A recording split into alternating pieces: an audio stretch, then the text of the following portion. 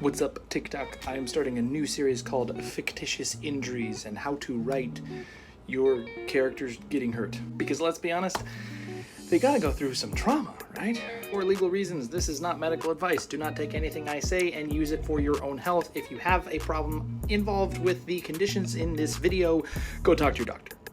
Obviously, there's some wiggle room when it comes to making something realistic and putting it in a fictitious environment, but this is trying to target things to not make them so wildly unrealistic. I'm planning to do a series of these, but first is dislocations. There is a book that I read, I won't name the author, but in the book, the main character reached over a cliff and grabbed a comrade and her shoulder popped out of place and she allegedly held on to the person and then was dragged back up. Probably not. Here's the thing. So first, taking it to school, there's a difference between a dislocation and a subluxation. A dislocation is when a joint is popped out and it stays out. A subluxation is when a joint pops out and goes right back. Right. Both of these really hurt. But if you dislocate a joint, you essentially lose function of that whatever appendage. If that's a finger, if that's a hand, an arm, or the entire upper extremity.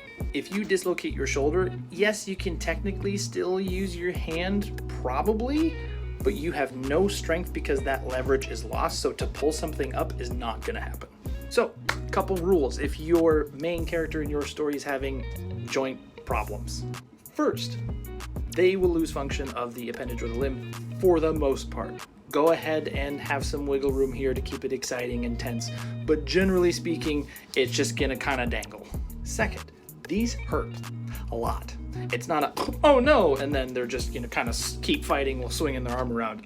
It's pretty excruciating, especially when the joint comes back into place. So be sure to emphasize that in the narrative. Third, there are specific maneuvers and techniques that you need to do in order to get certain joints back into place.